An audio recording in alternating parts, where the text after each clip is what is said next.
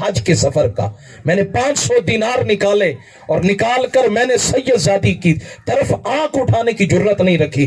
میں نے وہی طرح تو کا معنی ہوتا ہے میں نے پھینکا.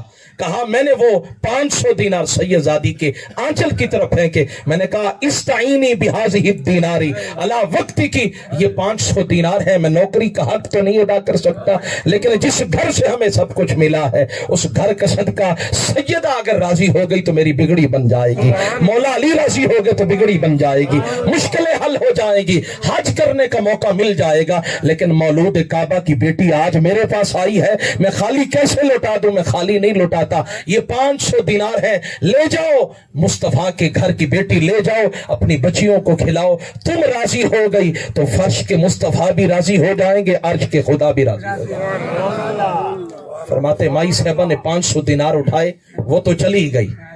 اب میں واپس لوٹا. اب لوگ مجھ سے پوچھیں گے, دل میں خیال آ رہا تھا کہ تم نے حج پہ جانا تھا, تو جواب کیا دوں گا؟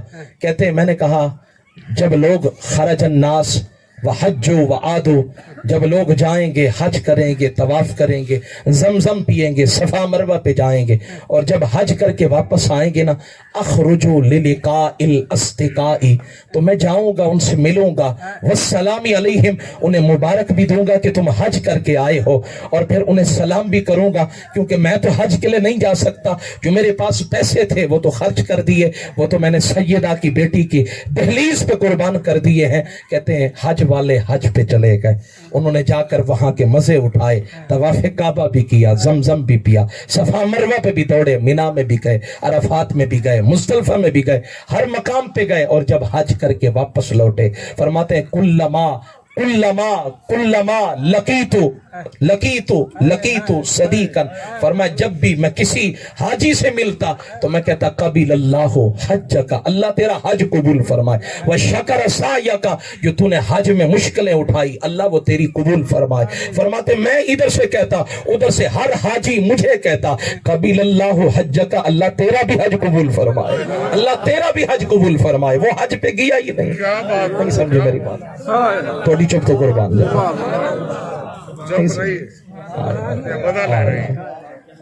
کہا میں جس حاجی سے ملا اور میں نے کہا قبل اللہ حجک, اللہ تیرا حج قبول فرمائے, وشکر سعیک, اور تیری مشکلیں جو تو نے اٹھائی, وہاں تکلیفیں اٹھائی, اللہ تیری ساری تکلیفیں قبول فرمائے, اس کا بہترین تجھے اجر عطا کرے. کہتے میں حیران ہو رہا تھا, جس حاجی سے ملتا ادھر سے میں مبارکیں دیتا, ادھر سے وہ مجھے کہتا قبل اللہ حجک, اللہ تیرا بھی حج قبول فرمائے, اللہ تیرا بھی حج قبول فرمائے, اللہ تیرا بھی حج قبول فرمائے. فرماتے میں سوچ رہا تھا یہ ہے کیا, میں تو گیا نہیں تو مجھے حج کی مبارک کیسے مل رہی, میں تو حج پہ گیا نہیں تو یہ خوشخبری کیسے مل رہی ہے, یہ مبارک کیسے مل رہی ہے.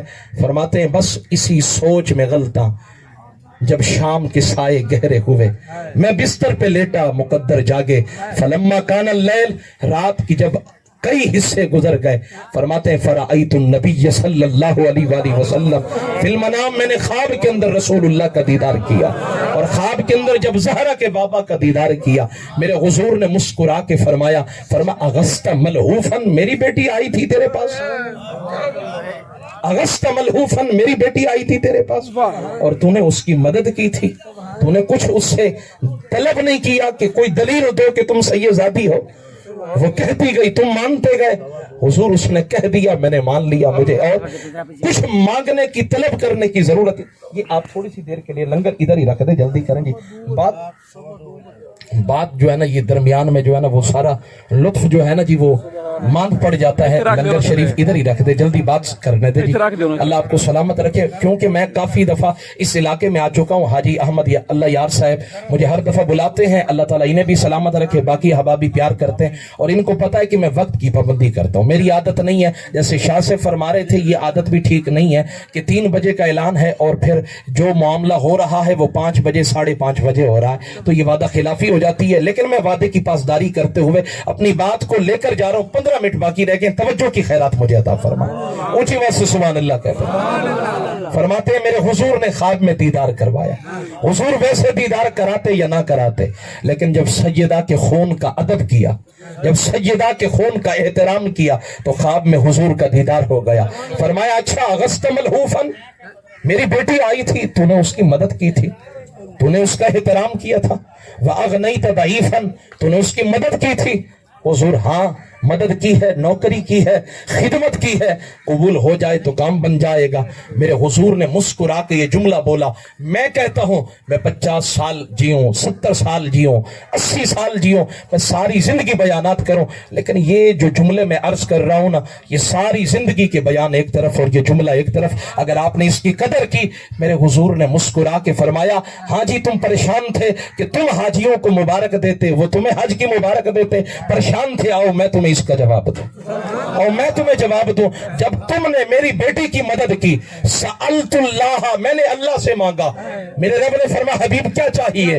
میں نے کہا یا اللہ، خلق اللہ مہربانی کر، اس نے میری بیٹی کی قدر کی ہے، تو اس کو یا اللہ کرم نوازی کر، انعام سے نواز دے۔ اب اللہ نے کیا کیا؟ خلق اللہ فی صورتی کا ملکن، اللہ تعالیٰ نے تیری شکل میں ایک فرشتہ پیدا کیا، اللہ تعالیٰ نے تیری شکل میں ایک فرشتہ پیدا کیا، اور وہ فرشتہ یحج عنک فی کل عام، صرف اس سال نہیں قیامت تک وہ تیری طرف سے ہر سال حج کرتا ہے، قیامت تک وہ تیری طرف سے ہر سال حج کرتا رہے گا، تو حج پہ جا یا نہ جا، تجھے یہیں بیٹھے حج کا ثواب ملتا رہے گا، تجھے یہیں بیٹھے بیٹھے حج کا ثواب ملتا رہے گا، کیونکہ اللہ نے تیری شکل میں فرشتہ پیدا کیا۔ وہ دہیا قلبی تھے جن کی صورت میں جبریل آتے تھے، جبریل آتے تھے، اور حضرت عائشہ فرماتی ہیں ہم سمجھتے تھے یہ دہیا قلبی ہیں، حقیقت میں وہ جبریل ہوتے تھے، وہ جبریل ہوتے تھے، اور یہ مصطفیٰ کا غلام ہے جس نے سیدہ کے گھر کا ادب کیا، احترام کیا۔ سوچو تو صحیح مقام کیا ملا ہے، اللہ نے اس کی شکل میں فرشتہ پیدا کر کے اس کی ڈیوٹی لگا دی، ہر سال تو نے طواف کرنا ہے، لیکن نام میرے اس بندے کا ہوگا، اجر اس کو ملے گا، تو زمزم پیے گا، مزے یہ اٹھائے گا، تو صفا مروہ پہ دوڑے گا، لیکن نام اس کا ہوگا۔ ہر سال حاجی جائیں گے واپس لوٹیں گے، جیسے حاجیوں کو مبارکیں ملیں گی ویسے اس کو بھی مبارکیں ملیں گی۔